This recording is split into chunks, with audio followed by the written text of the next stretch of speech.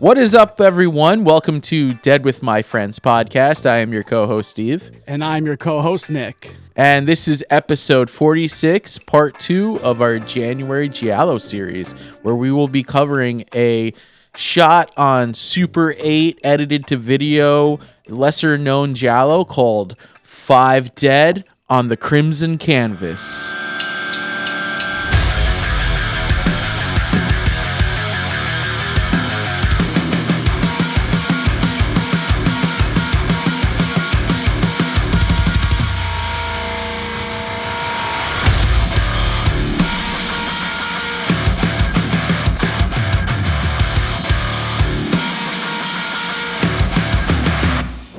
So, Nick, we are back to bi-weekly episodes, and we are continuing on with January Giallo.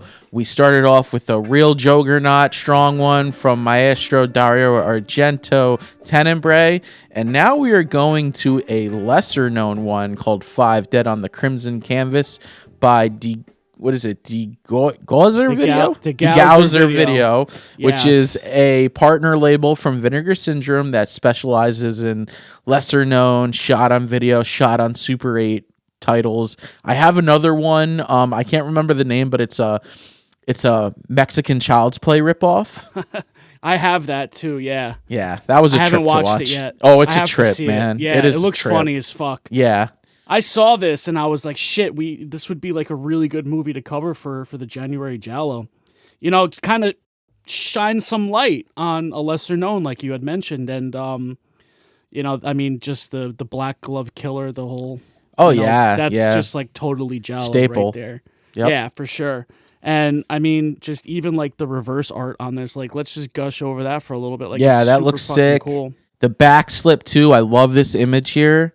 Like, that's awesome. They did a really good job with this release. And so the Gauzzer Video specializes in shot on video. Now, 5 Dead on the Crimson Canvas was shot on Super 8, but edited digitally on video. So, I mean, that's what, you know, allows it to be released by Gauzzer, because that's their stipulation, you know? It has to derive from video of some sort. Yeah. So this was a really good one, man. This was a blind buy for me. This was a blind watch. I suggested it just because of like the back says. It's like this is probably one of the only, if not few, Giallo specifically, you know, shot on video. Crazy. Yeah. Yeah. No, this was a cool recommendation. I mean, you sent me the trailer and you were like, how do you feel about covering this on the show for part 2 of our January Giallo? I want to go with something lesser known. And after like watching the trailer and just seeing the vibe and the style, I was like, yeah, no, I'm with this. And I'm happy you recommended it, because this is definitely staying in the collection. Oh yeah, 100%. You know what, dude? I've watched it 3 times leading up to this. Okay. Cool. Yeah. And I really fucking enjoyed it all 3 times. I think for me, the second watch made me appreciate it way more. Yeah, because you initially wrote me and you were like, yo, that was good. There was a lot of effort that was put into this. Yeah. Like, you could definitely see that. It was a huge labor of love, this film, man. You know, there's a really good making of special feature in here where they talk with Joe Zaso, who is... He plays Billy, or Bill. Yeah, he's the star of the film. Yeah. He's a producer as well, and I think he also kind of did a little bit of punching up on the script, because Joseph Parda directed this, and you brought to my attention another partner label release from Joe Parda, right? Yeah, Saturn's Core Audio and Video, that the partner label specializes in shot on video. And they have another release. Let me see. I think the name is... Should be right there on the text. It's Guilty Pleasures. And I now want to check that movie out and pick up a copy based off of seeing this. Right. I definitely put my faith into these guys doing justice by, you know, what they do, man, because they really did the damn thing, you know, with a Giallo, man. Like, this was a good mystery. Yeah. It had me guessing. Same. it threw me off like a good Giallo does. Yep. It had really good kills. Yeah. I like the score too. The score was good. Yeah. And at man. times there was definitely an influence to Tenebrae. The now. Like they did their own take kind of on it, Right. I mean, not only that, but with some of the kills, the stylistic approach to the kills. Yeah, there was a Tenebrae feel. There was a deep red feel. Yep, I got a deep red feel from one specific image. Yeah. Yeah. Yep. And we'll get to that. We have the clips that we're gonna pull up. I'm very excited to commentate on these clips. Yeah. So, if you want, I can get going on the synopsis. Talk a little bit more about the release, and then we can, dive into this story and pull clips and just get going. Sounds good. Yeah. All right. So, 5 Dead on the Crimson Canvas, a film by Joseph Parda. Released by DeGauser Video. So it goes, synopsis. Richard Strebe is a brooding artist whose work dwells on grisly depictions of death and dismemberment. Shortly after the unveiling of his most recent exhibition, Strebe's preoccupation with the macabre bleeds horrifying into the real world when the artist is attacked in his own home by a black-clad knife-wielding figure.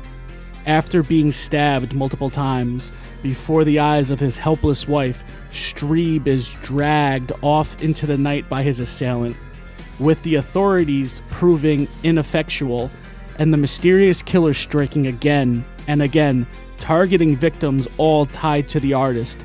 It falls to Strebe's brother, Bill, to mount his own investigation in an attempt to unravel the meaning behind these slayings. You're a charlatan and a fraud.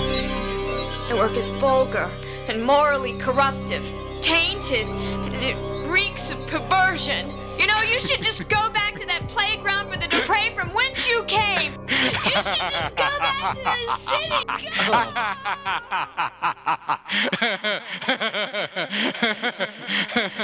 What you said and did this evening, Richard. What I said and did this evening was merely to express myself. But the people in this town, Richard, they're different from the city. Their style is different.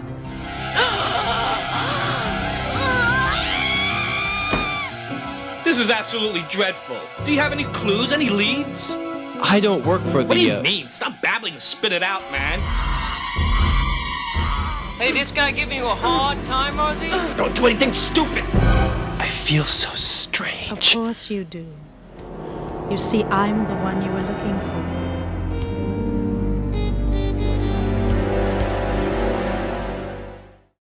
for. Very nice write-up there.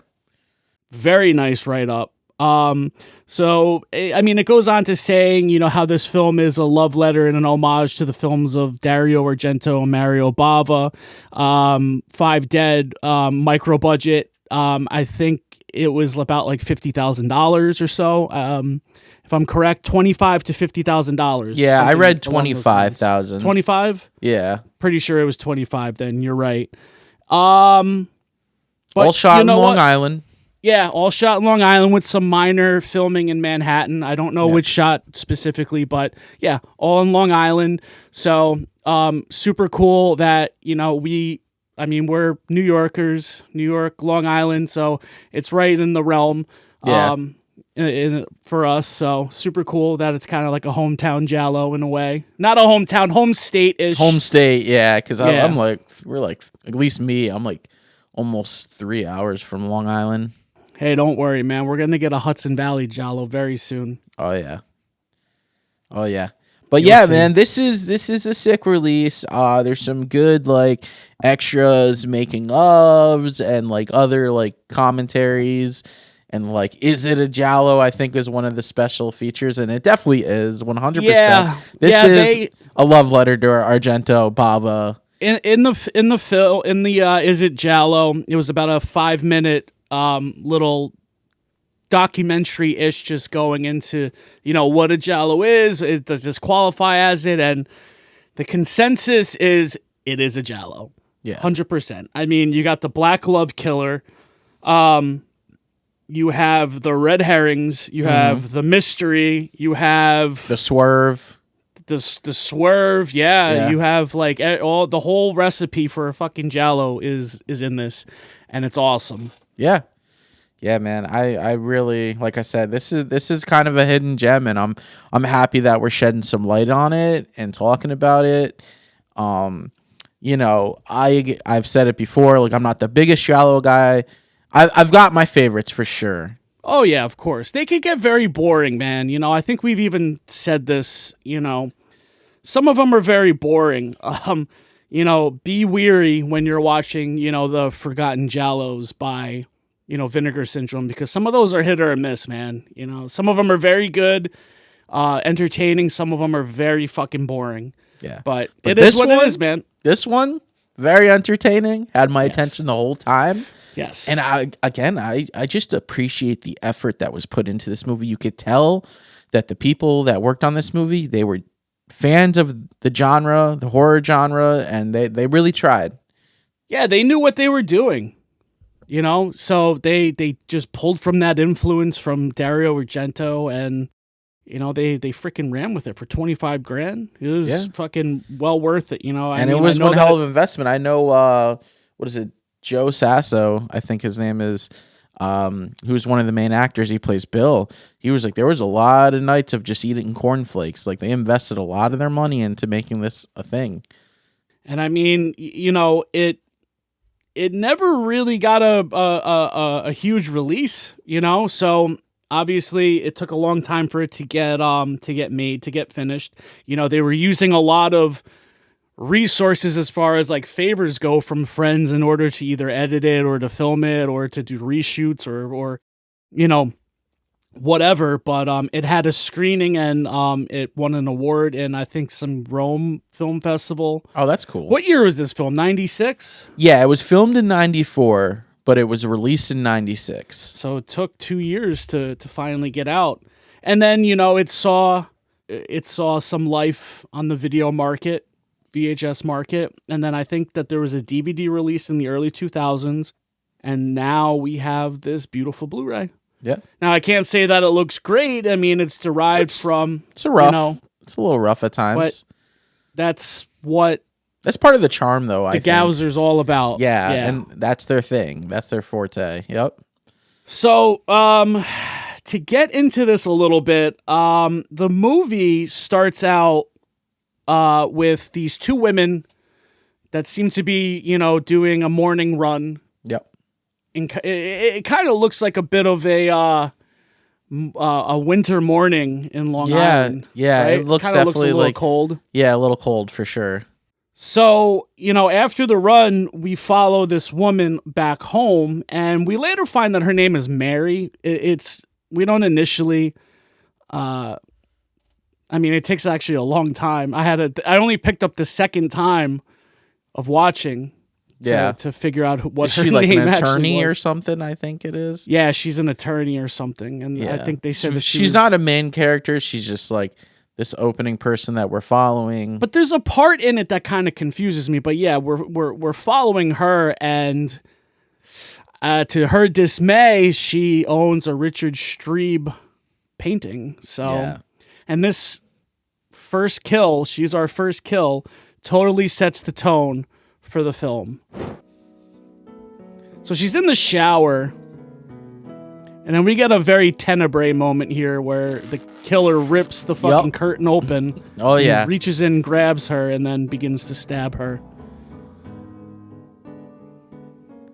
Yep, stabs her right in the spine, in the stomach, right through the shower. Very curtain. violent for being so low budget. But I think that also, the fact that it's low budget adds to just like the realism, the realistic look of it.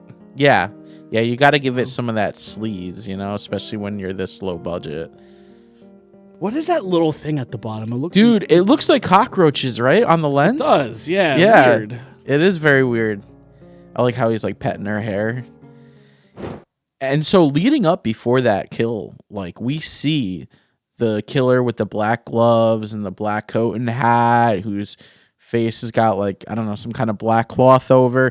And they go up to this painting on the wall of a woman who's upside down, bleeding out, and that is none other than artist Richard Streeb's painting.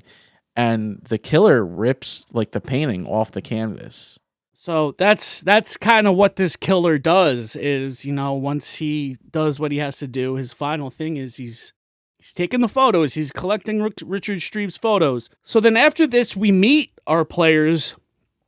We meet Richard Streeb. He's at his art gallery with his wife, Gloria, and there is the host, and then there's like an assistant. His name is Blaine. We don't ever find out what the host's name is.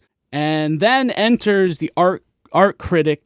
Her name is Elsa. She works for the Bald Eagle conservative magazine, and she's got some harsh words for Richard Streeb's work. She's got a bone to pick with him. Oh, yeah, because she finds his work to be very violent, misogynistic. It is. I mean, it's all, we see in his art, it's very violent. It's all depictions of death and mutilation. And playing back to the theme again of Tenebrae, how, Argento wrote that script based off of like the criticism he was getting for his work.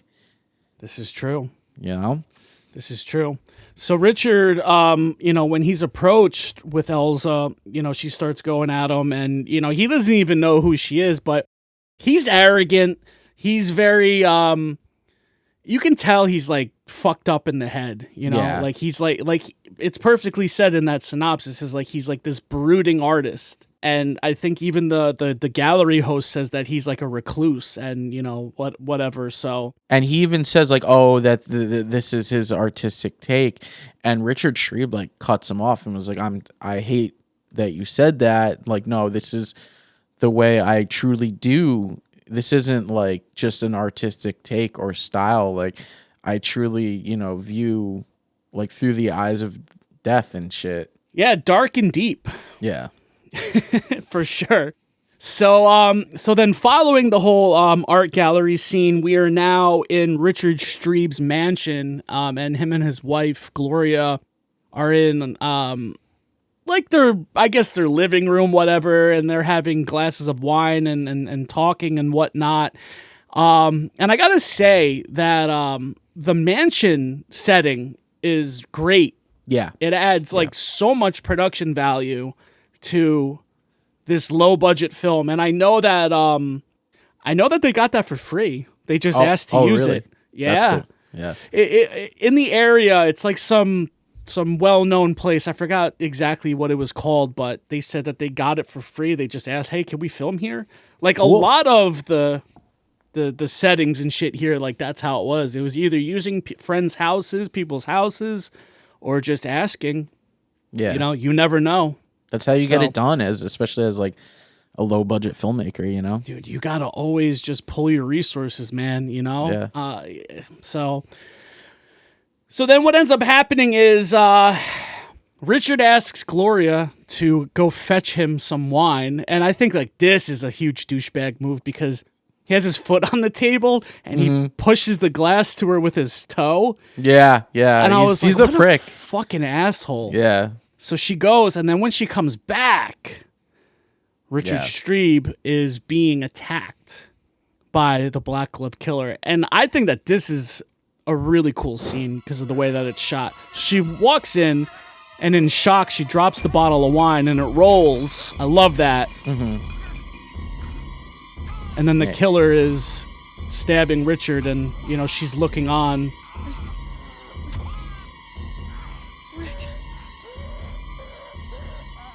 I like the music again. It's really it's good. Good some good blood. The killer is dragging Richard out the back door, or like I'd imagine to the patio. It's that big bay glass doors. So that sets this whole film in motion now because Elsa calls the police. We meet the detectives. Gloria calls the police. Gloria. Yeah. Who did I say? Elsa, the art critic. Oh, my bad. I don't know why I had Elsa on my mind. So yes, Gloria then calls the police. The detectives come, typical detectives with their raincoats and, Yeah. So And this is where we're like introduced to Chief Inspector Andes, who, you know, he's like, I can't really do nothing right now because it hasn't been 48 hours, but you were the last person to be with your husband, so I have some questions for you. And strangely, though, there's no blood. And that's the thing that he was like, he was concerned with her about. And I think that's the reason why, like, hey, we don't have a case here because there's no sign of a murder or anything. Like, yes, the person's missing. We have to wait 48 hours. I don't think that's actually true in real life. I think that that's false overall. Okay. But look, hey, whatever. It's part of the thing. Just wanted to throw it out there. So yeah, he's like, there's no blood. You were the last person to see him. And he's not even liked by his other detectives. Detectives, yeah. Might I add, one of those detectives on there is the artist who painted the Richard Strebe. Oh, okay. Yeah. Cool. Yeah. So a little, I forgot his name, but he's in the special features and he's part of the production. So he's an actor / painter, and Joseph Parda, you know, had him in the movie, but then was like, hey, you know, can you also provide the paintings? Yeah, I wonder if they exist. That'd be so cool if they exist. Oh, yeah, that'd be cool to own one of those. I'd love to fucking own one, dude. That'd be so cool. Except for the one that the agent has.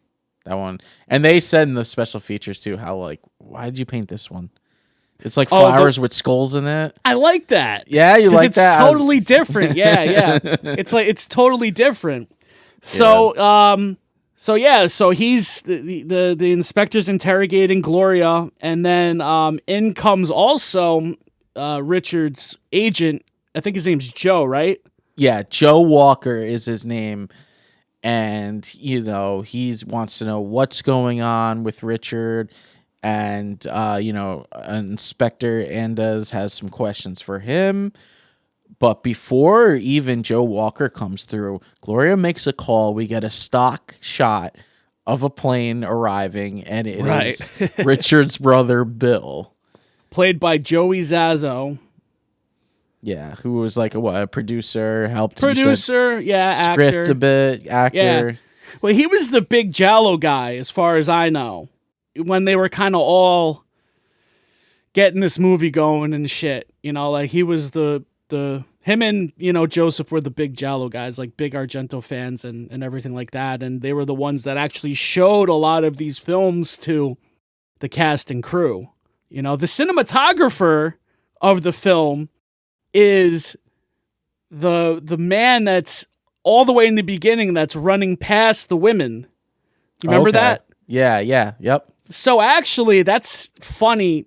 That shot is I guess, an inside joke of him running, because they made a film called, oh shit, I think it's called like the Mutilated Ape or something like that. It's like something Bloody Ape. Yeah, it's something like that. And where he plays a killer in an ape costume is going around. I want to see that too. Right. I do want to see that. I wish I fucking remember what it was called. Yeah, something Bloody Ape. I think like one of the last shots in that movie is him running away from the ape, and then he comes in the screen of this new film, and he's running. Okay, yeah. Because this movie's dubbed. Okay, so yeah, the ADR is very apparent. That is one thing, is like the line delivery is awkward. It's not good. But the dialogue written is very good. Yes, yeah. But the whole reason why I bring him up and why it like stuck in my head is because when he's running away from them, like you can see him say something, but because of the ADR, you don't hear it. Mm-hmm. So I was just like, I wonder like what this guy's purpose was, him running away, whatever. Yeah. But yeah, no, the ADR is very bad. The delivery is very bad, but, you know, Joe Zaso talks about that, and he says how, like, hey, man, like, we had to just get these people back to record their lines again, and, you know, like, you can hear them reading their lines off of the script. Oh, yeah. Type deal, you know, because it's not natural to do that, you know? I've experienced that. We had to do that one time on a short that we filmed, you know, because the audio was so fucking bad. We had to go back to Mikey's studio, and you know we did it. Thankfully, like, you know, who we had did a decent job at it, but it's always very awkward. But the dubbed audio adds to the charm of Giallo. Adds to the charm of a Giallo film, because that's what we get a lot of the time with the Giallo films. Yeah. You know, so sometimes they're just straight up Italian, just the subtitles, or they're dubbed. I like watching them dubbed personally. Yeah, if I have the option, I'll watch it dubbed. Yeah, no, I enjoy the silly dubs. Yeah, I do. But they do a good job, and a lot of those dubbers, they do a lot of other Italian films. You've picked up on that. Yeah, like the one voice actor, I guess I would say, who does like Brian from Zombie, he does a lot of Italian horror. Like, I hear his voice in a lot of Italian horror. Yeah, no, it's cool. It's cool when you pick up on that. You were the one that, like, kind of... Yeah, because he was like the grumpy old man in Demons that gets killed in the beginning in the theater. I think you mentioned that. I was like, oh, I know that voice. That's Brian from Zombie.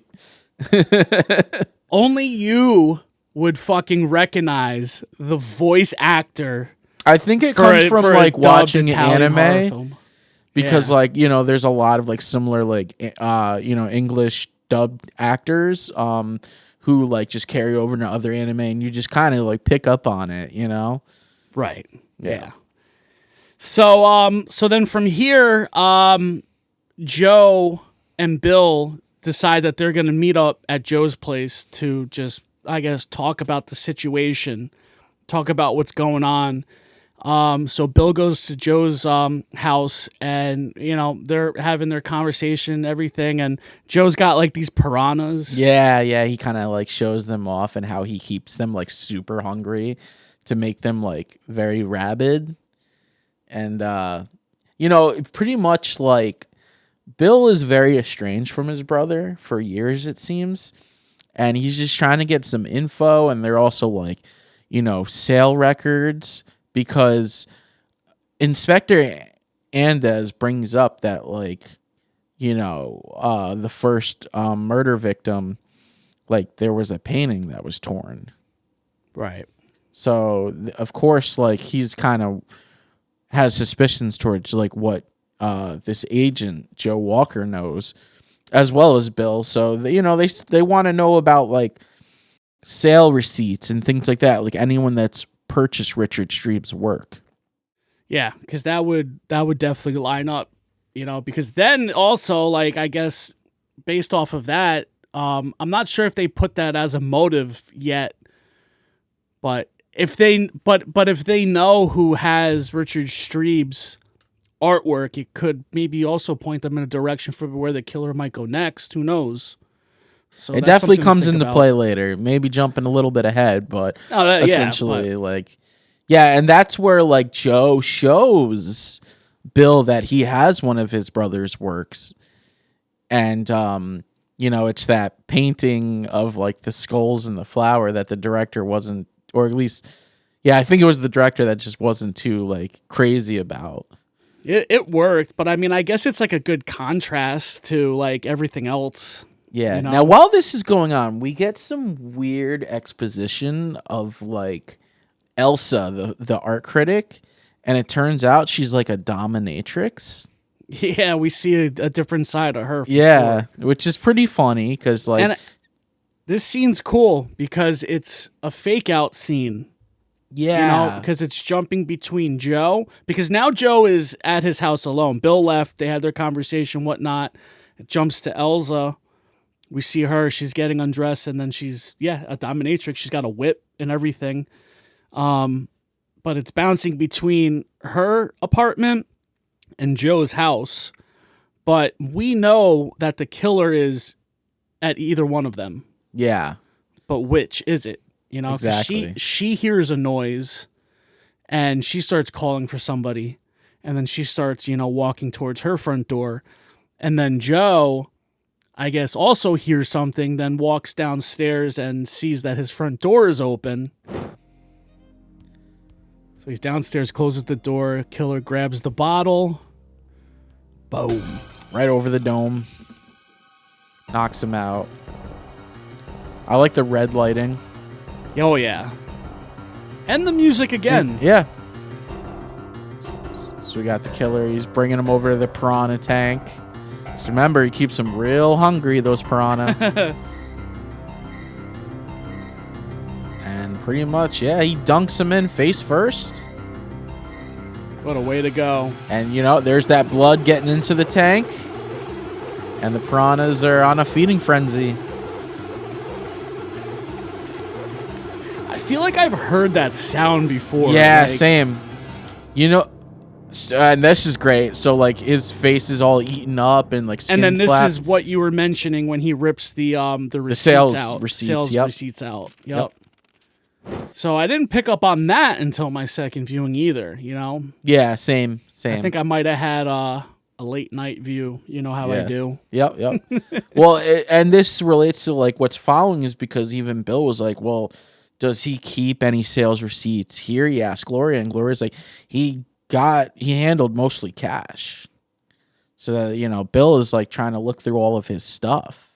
So Inspector Andes, he shows up back at the mansion, and he, pretty much says that Joe Walker has been found dead. And I know that you, Bill, were there talking to him last night. So what time was that around? Because you say that you were there around 10:30, and that's right after the time of death of Joe Walker. And then Gloria vouches for him. It's like, oh, well, he was with me, like, after his walk, which we know isn't really true. But there's something going on between Bill and Gloria. They're playing catch up a lot, and they seem very close. They've been together a lot, yeah. Mm-hmm. And Inspector Andes, he's got his suspicions because he's also like, well, like the first murder victim, Joe Walker, his painting was ripped from the canvas, and it's of your brother, Richard Schreib. And then he mentions the papers that were missing, and then that's when the inquiry for the sales receipts starts to happen.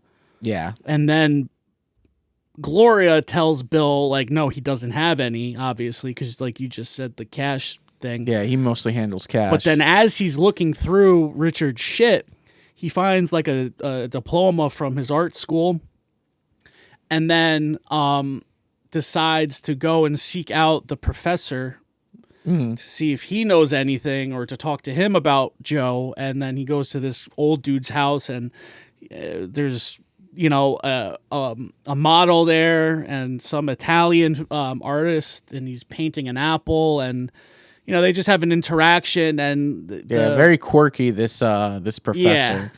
Yeah, he's like yelling at the fucking kid, are you stupid, or are you this, or are you that? But he tells Joe that, he tells Bill that his brother Joe was like an imposter, like he wasn't a real artist. Like, I guess he didn't embody like being a real artist. He was just more into, like, I guess, the idea of it, I would assume. Like, yeah.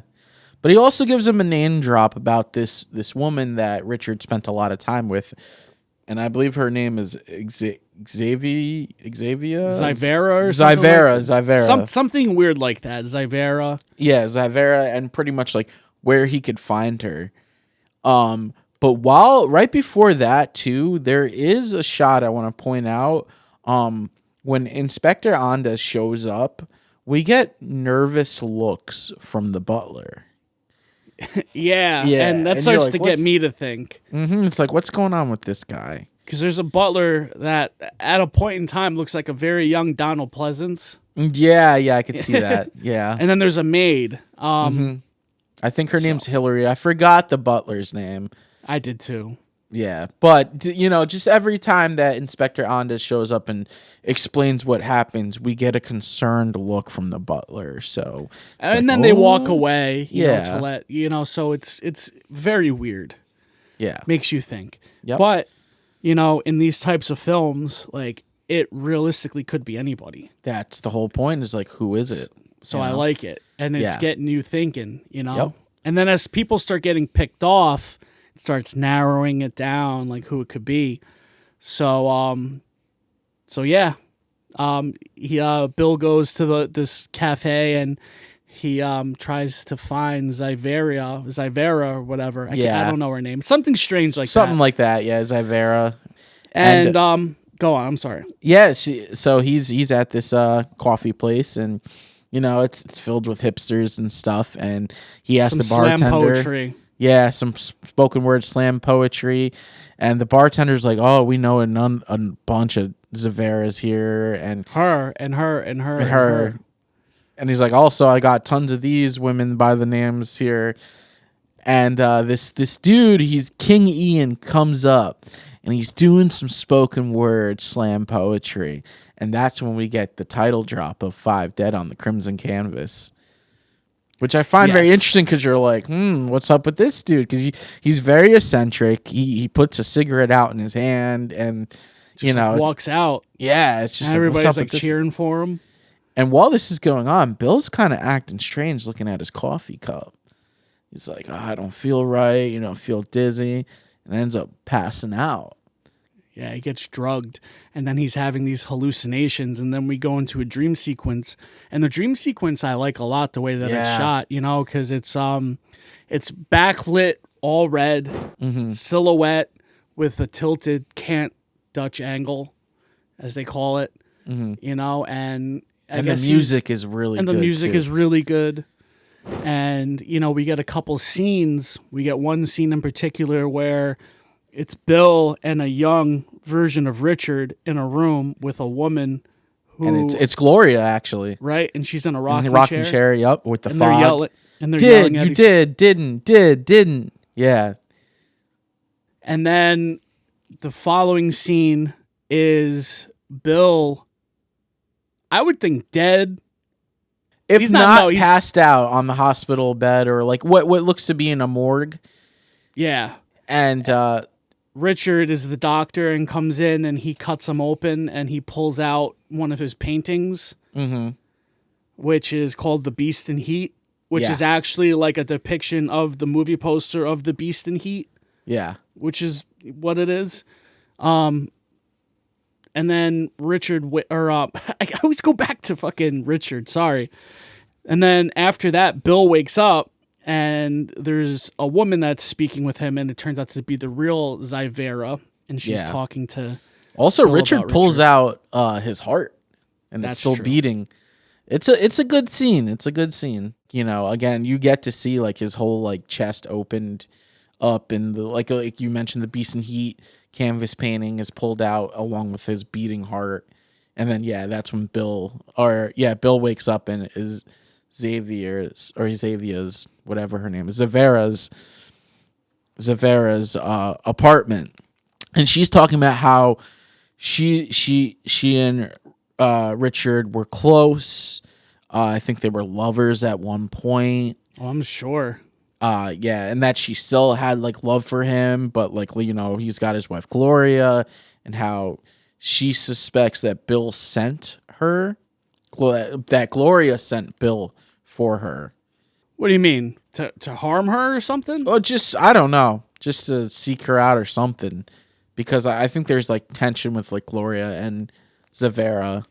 Yeah, probably. Oh, yeah. She's like, oh, Gloria. Yeah. It's very jealous. Yeah. Yeah, there's some jealousy there. Yeah.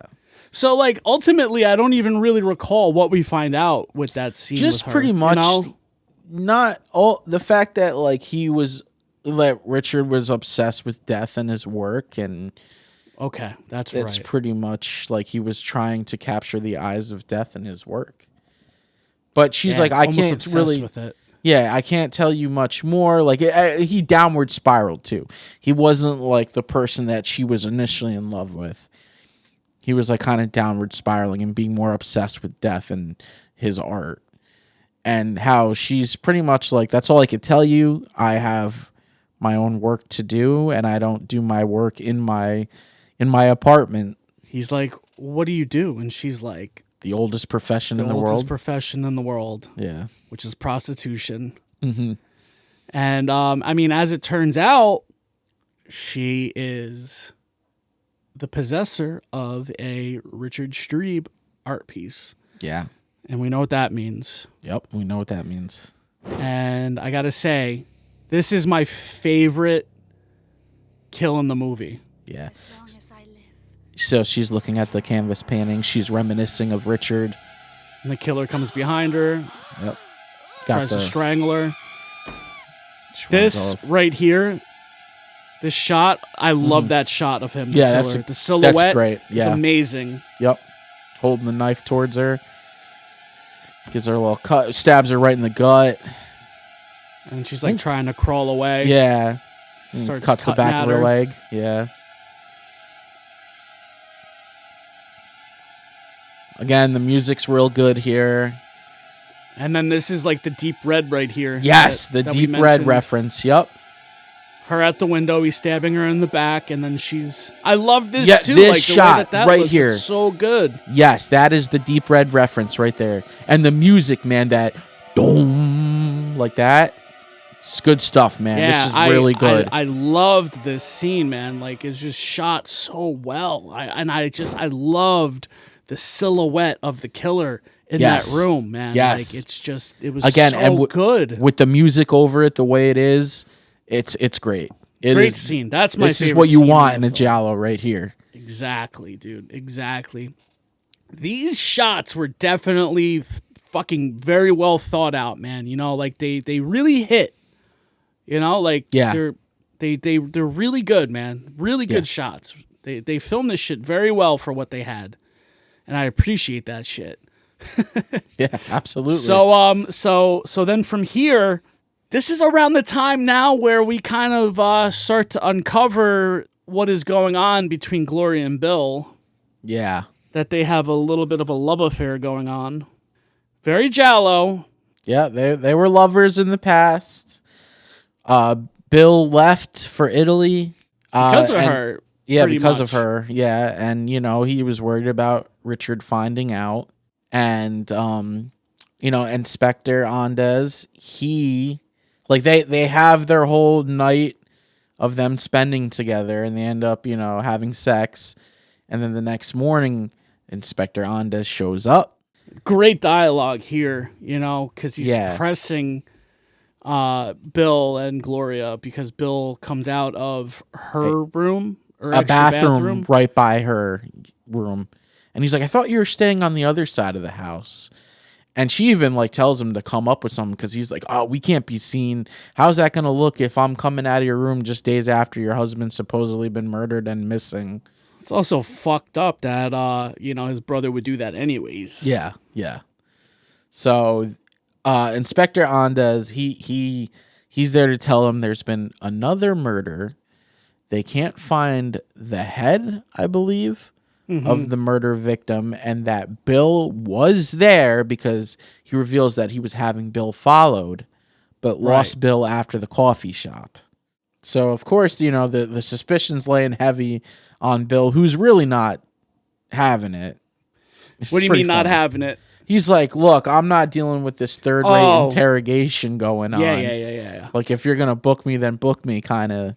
And he said he had like no intention on yeah, he's like no that. intention yet. But then we also get a shot too of Inspector Andes's pen. Yeah, and we do get those inserts a bit anytime we do see that inspector. So I wanted to ask you about that. So it's funny because those shots kind of come into play later because we meet with a prostitute after this and someone pulls up to the prostitute and we see a pen, a black glove and a pen. No face? With no face. And she's like, oh, you want the usual? So this person's been seeing this prostitute for quite some time. And, you know, with Giallo, we get a lot of red herrings. And the way that focuses on the pen, it's like, oh, what's the chief doing? Inspector behind closed doors. Because we go back to this hotel or whatever, and she's all tied up, and we see the black gloves. And then the pen gets like pulled apart, and there's like a little blade in it. Yeah. And he kind of like starts running it on her legs and kind of like doing a little bit of like knife play. Mm-hmm. She's like, some things never change. Right. You think she's gonna get killed. Yeah. But she doesn't. Not the case because another cop. But that reminds me of a scene in New York Ripper. That happened in New York Ripper, didn't it? kind of, but there is It that does turn prostitute into a murder. Yes. But I could see some influence because New York Ripper is definitely a Giallo. Yes, it is. It's a great one. Too. Great one. Yeah, so I fucking wondered, like, I was like, who is that? Like, who is the person there? Like, is it the killer? And then I started noticing, we're getting the inserts of the pen. So but it's just never like, ooh. revealed. That's No, never revealed. It's never kind of said. Yeah. They kind of just move past it. Because like one of the detectives who wasn't too high on the chief is like, hey, I know you, and you mess around with another cop or someone in law enforcement. You had a special visitor. You had a special visitor last night. She don't want to talk. Right. It's funny because like the detective gets jumped by like people because they're on the payroll. Right. To not go over there. And he says he's not on the payroll. Yeah. They pull him out of the car, and then she walks up and sticks her heel in his mouth. Mm-hmm. Which is like in Tenebrae. Exactly. Yep. So she shuts him up, but it looks like he maybe has his suspicion of the inspector being the killer, and that's why he goes over there to see who her special guest was, because I mean, I don't know who was tailing who here, because we never really find out who was tailing Bill in the first place or how this comes about. So that's a little bit of a muddy area, I feel, in the film, is kind of those aspects, Yeah. Not a big deal, but definitely got me a little confused and had to clear it up after, the second or third view, whatever. So then from here, we're back with Bill and Gloria gets a call and answers the phone, and it is from the kid Blaine, who was from the beginning of the movie, who's the art gallery assistant, whatever, and he's calling in a panic, and he tells Gloria that he knows who the killer is, and right before he can say anything, the killer gets to him. Good scene because it builds tension. Mm-hmm. And a race against time as well. Yes, yeah. I know who the killer is. The killer is here in the gallery. The killer's here, and turns around and stabbed. And you see when he pulls the knife out, the blood. That's so good. And so good. the blood going across the wall again, like Tenebrae. Yeah.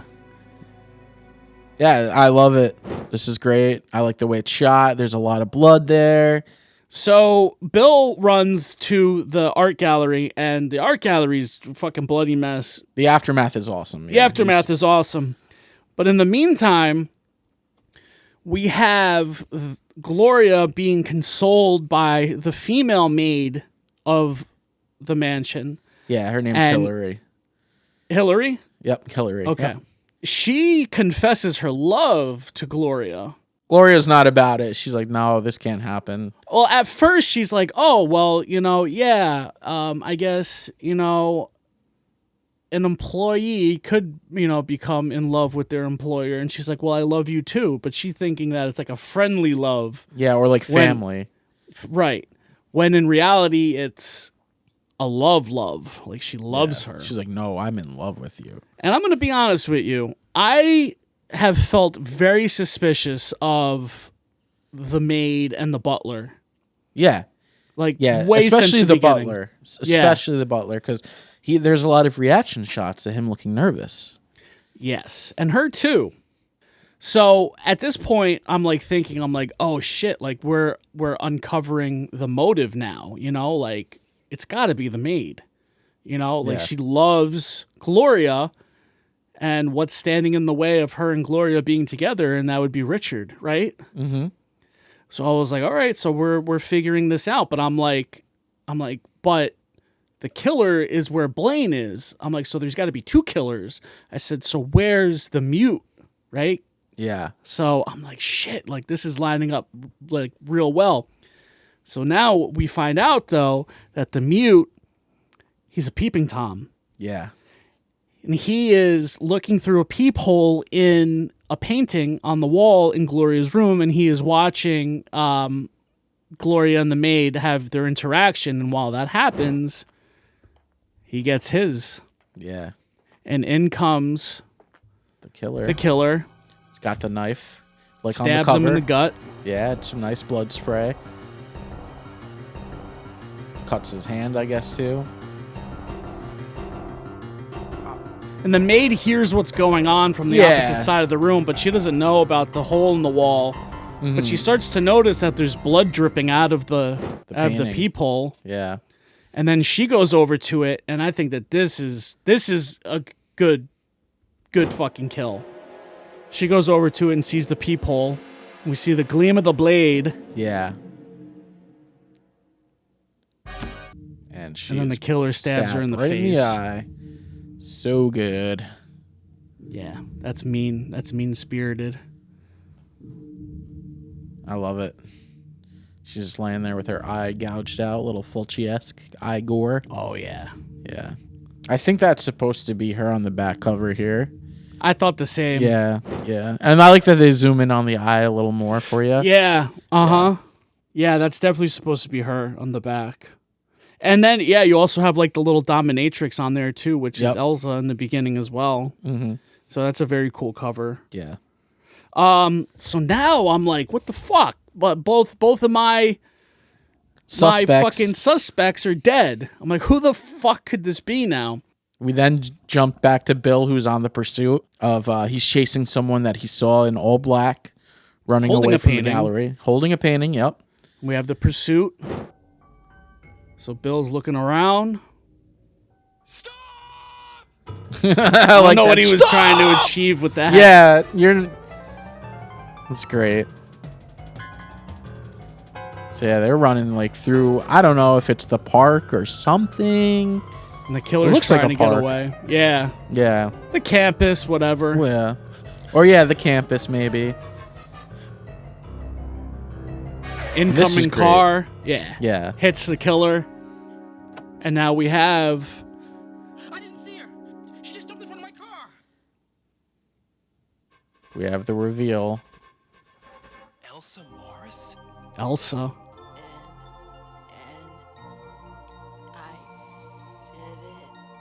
I did it. I did it to end the corruption. And yeah, then so you're like, oh, okay, she was the killer. Right? And I nearly missed this. He's looking over here and he sees a car pulling away. Yeah, it's very subtle. And then he follows it. And then he... That is a very real reaction. Because the guy that hit Elsa, he said, where are you going? What the fuck do I do? That is so real. Because, like, what would you, like, do in that situation? Dude, I don't know, man. That's a fuck situation. Yeah. Just hit this fucking woman. I mean... Yeah, but the car leaving definitely was very subtle, and it's easy to miss if you don't catch it right away. And I didn't the first time. Same. And then when I had seen it, so Bill has like an internal monologue where he says, and then I realized that the person that I was following was heading back to the Strebe mansion. Yeah. So in my mind, since I missed the car, I thought that Elsa, who he was following, was going back to the mansion. I'm like, how do you know that? Yeah, how'd when you know she just got hit. Yeah, she just got hit. How'd you know? Yeah, if you miss it, it does make it very confusing. Yeah, yeah, it definitely does. But was Elsa running to that car? Is that where she was? Was Elsa running to that car? And then after she gets hit, the car runs away? Like, was that car there to pick her up? Maybe. Because now we're getting into something much deeper once we get back to the Strebe mansion. Yeah. Because Bill shows back up. He's obviously he's followed someone to the Strebe mansion. He's trying to figure out, like, what's going on. And he notices a black glove sticking out of what appears to be like a secret door. I like the little breadcrumb that leads him into this area of the house. Like, that was very cool. Yeah. The way that was thought out and shot. Because it's almost like strings of, like, clothing, and then the black glove is, like, wedged between the door, wasn't it? Yeah, and which reveals, oh, this is a secret door. So that's when he goes in, and we get this big reveal that Richard Strebe is alive. Yeah, dude, I like the scene though because Bill goes down to the basement and then he sees like these 3 red canvases pushed up against the wall, and then there's like a cracked mirror, and then you see Richard like maniacally laughing, and he comes out, and I'm not gonna lie, I do not like at all the sound of people chewing. Okay. Dude, yeah, I get that. If it's one thing that I deeply do not like, it's the sound of motherfuckers chewing. And we have an ADR shot in your ears of Richard Strebe chewing gum and talking and giving the motive now. And surprise, Sydney. Yeah. Richard Strebe is the killer. Yeah. And he knows about him and Gloria, and he's like, how long until you started fucking Gloria when you arrived? 1 day, 2 days, 3 days. And, Bill's just kind of like, why? Why are you doing this? Yeah, exactly. Why? And, we find out that his motive isn't anything other than the fact of kind of like life imitating art in a sense. Like he wanted to, this gets a little confusing. Yeah, it? But there also is a little bit of money too, because I guess like his work skyrockets after his death.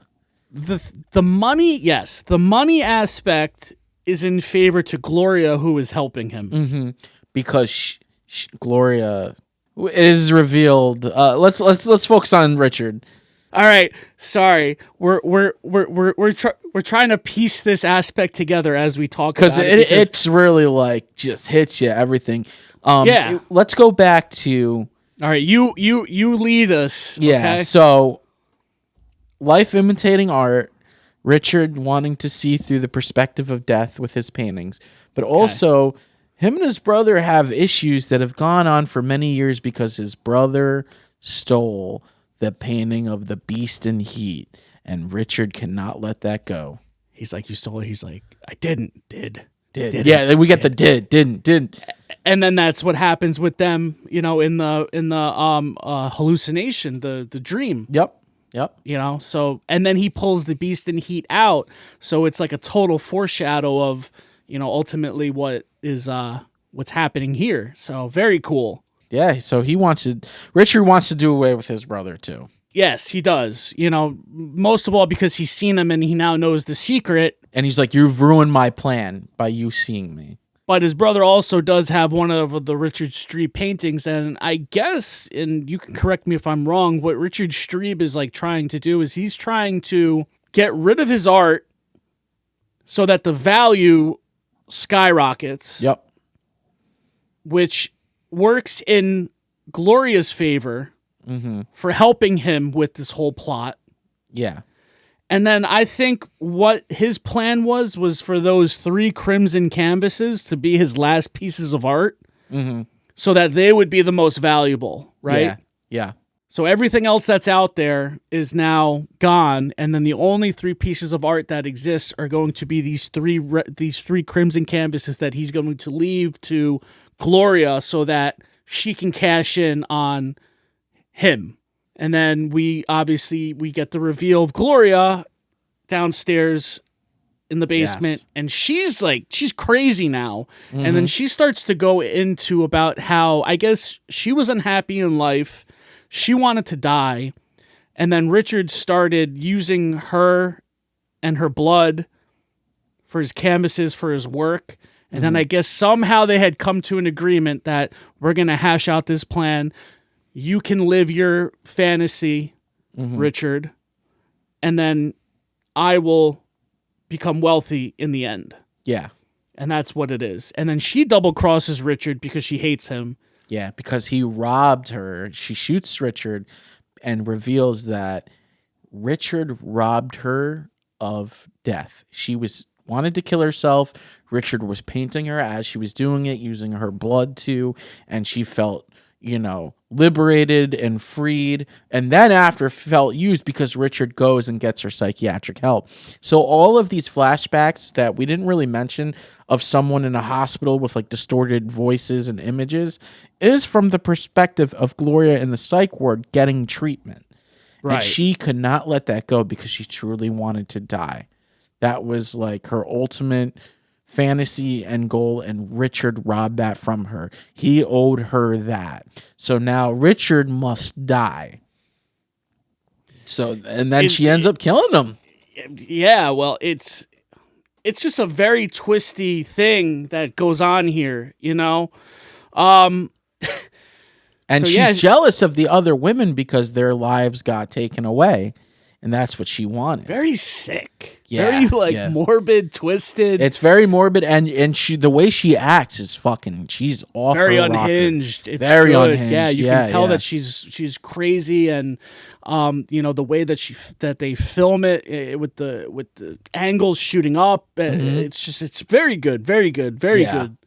So she's about to like kill Bill, as she's explaining, and right before she does, she is shot by none other than Inspector Andes, who shows up and hears everything. And puts it all together. Yep. But, Gloria doesn't want to go back. She's injured, but she's not killed. But she keeps on saying, I'm not going back. I'm not going back. And then, Gloria takes the revolver and puts it in her mouth and kills herself. Yep. And this causes Bill to just snap. He is just gone at this point. Even the inspector and the other detectives that show up, they're like, we can't help him. He's too far gone. Yeah. And then it's like him in a psych ward, like at the end. Yeah. Right? Like once looking all fucked up. Yep. All fucked up, like in the fetal position, like shaking. Yeah. And then it goes into to the end credits, and that's the film right there. Yeah. So, oh man, I feel like it took us a second to kind of like piece this shit together, man. Yeah, because at the end, like a lot, like Tenebrae, a lot hits you over the head and you're thrown with a lot at you. Yeah. It's so funny that we chose these two movies because there's a lot of similarities. There is. But with this one, we had no fucking idea. Yeah. I've never seen this until we decided we were going to. Same. So just a couple things now, all right, that I want to run past you. The Elsa fake out. What do you think of that? It's all right. I mean, we got red herrings, and she's got her own motive. To end the corruption, though, like, what does that mean? What does that mean? The corruption of Did she misogynistic, violent art. No, I think she was just acting out, on her own, though. On her own Do you accord. Think that she was maybe doing She was it on disgusted her own? with Richard's work, and she's like, "We need to stop celebrating this." And then maybe she was kind of like using the fact that there was a killer on the loose to her advantage, as dressing up like the killer. Definitely a steal possibility. This painting that she knew or about, she just so happened to dress similar to the killer. I don't want to think that. I get that. I don't want to think that. Okay. Yeah. But then, like a part of me with that car driving away. Who was in that car? Was Richard in that car? Was Gloria in that car? Who was in that car? Yeah, and that's never revealed. But I think that it had to be Richard because of the breadcrumbs that were left with the pieces of the clothing, which were the black glove, and he is the one in the secret room, which you also in the secret room is all of the dead bodies. That's true too. Yeah. Yeah. That were missing. Yep. Well, some of them. Some of them are missing. Because we never. It's only very briefly mentioned. The woman in the beginning, Mary, who's like the lawyer or whatever. Which weirdly enough, she like calls out for Bill in the beginning. Did you ever hear that? No, I didn't. Yeah, I never understood that. She calls for Bill. Interesting. So I don't know if Bill was maybe having an affair with her too. Yeah. So there's just like because I thought that was her female things. Partner. Bill, that she was jogging with. No, the woman in the beginning. Right, I thought so too. Well, I thought they were friends. Oh. She goes off, and then later on, you do find out that she's a lesbian. Because the detective mentions it, so you're like, okay, yeah, sure, maybe they're partners. But she when she's calling in the beginning, when she hears the noise, she peeks her head out. She calls for Bill, And then she's like, who's there? Who's there? And then she finds the remote Yeah. left by the killer. And then we have the scene. So that's a little whatever. There's a couple of things they could have tied up a bit better, but again, sure. Yeah. But you know what, dude? Low budget. Yeah. And, how I see it is like that. All of this stuff is in no way going to take any points away from how much I like this movie. No. Because it's a low budget film. They filmed this on the weekends, Friday to Sunday when they could. They did what they could. They gave a lot of effort. And then, hey, man, maybe that was an initial idea where it's like, hey, maybe that's Bill's wife. But then later on, through developing the story more and things like that, they're like, no, we're just going to make her a lawyer. We're going to make things could get changed and mixed up. And, just because of like how much time, it's taking for them to make this. Ideas change, things change, whatever. But I think that everybody, should check this fucking movie out. Really good film. A lot of effort that was put into it. Yeah. A lot of love was put into it. And I got a lot of love for Degauser Video for, just doing what they do, man. Just being a partner labeled with Vinegar Syndrome and giving this, the fucking all-star treatment with the awesome slipcover. It's embossed, which is really nice. It's great. Front and back. I love the back. The back is my favorite. Yeah, I love this. I just think that is such a cool fucking cover. Classic. Classic kind of Giallo cover. For sure. Sure. That painted style showing, all the characters, like so cool. Yeah. Yeah, very, very happy with this. Very happy that we got to sit down with it. Yeah, it's cool to like shed light on something that isn't known. Like, I doubt many people know about this movie unless you like are really on top of like Vinegar Syndrome's partner label releases. Which I'm not. Somewhat, but not Saturn's core. Saturn's core, definitely.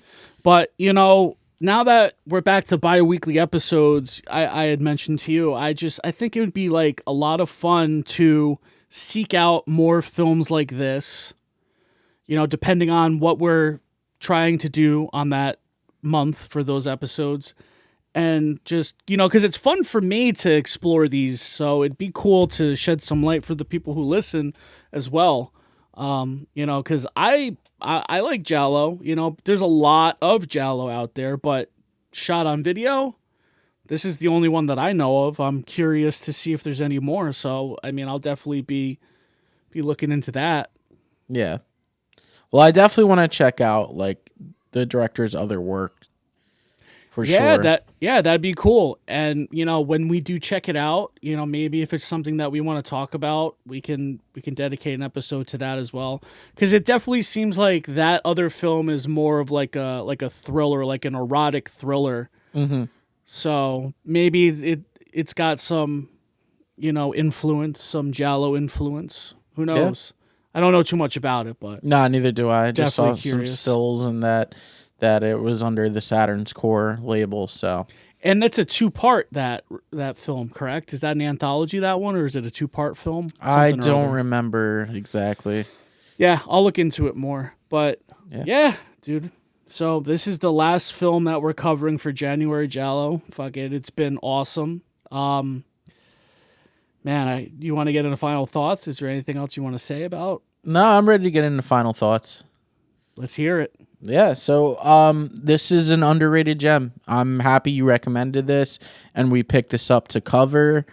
I would have never known about it had you not sent me the trailer. I think I would have overlooked it, unless the cover definitely is an eye grabber for sure. Yeah, judging a book by its cover, and that's what I did. Yeah, and this was cool to talk about. This is an underrated gem, in my opinion. They try to draw influence, and I think they were successful. There was a lot of effort that went into this. It's obviously low budget. The acting is not good due to the ADR and the line delivery, but that doesn't take away much from me. I appreciate the honest effort from these filmmakers and definitely want to check out more of their work, for sure. I had a great time watching this, especially my second time, even though I was taking notes, it's like I had a newer appreciation for it. You start to the see first. things differently too Yeah. now, you know, which is nice because the story unravels more and you pick up on more. I love when that happens in a film. Yeah. You know, where it's not a one trick pony of a fucking view, you know, it's like, all right, yeah, my initial view is kind of me feeling this out. Second view, ooh, I didn't catch that. You know, Yeah. and then if you want to give it a third, even better. You know, then then the whole puzzle is there, possibly. Absolutely. Yeah, man, I'm happy to have this one in the collection. You know, this was a solid one that I think hopefully more people will seek this out after listening to this episode. Because it's nice to go with, like we covered earlier in the month, Tenebrae, which is one of Argento's most famous giallos and his big return to the giallo genre. And then we have this one that could have easily fell through the cracks. So hopefully more people check this one out. Could have been lost forever. Yeah. You know? That's what I love about these labels. I say like Vinegar Syndrome and Severin, like they do God's work, man, when it comes to unearthing, you know, forgotten gems, dude. Absolutely. So this is one of them. This is just, you know, on that catalog. So for my rating out of 10, I'm going to go with a 7. I think this is a great giallo. It's like everything how you could high want you in a giallo. It really is. Yeah. Twists and turns, you know, a good mystery. You got the red herrings, like we said. You have a good score. You have good kills. You have good imagery. You have it's just a very thought out movie, I feel. So now I'm getting into my final thoughts.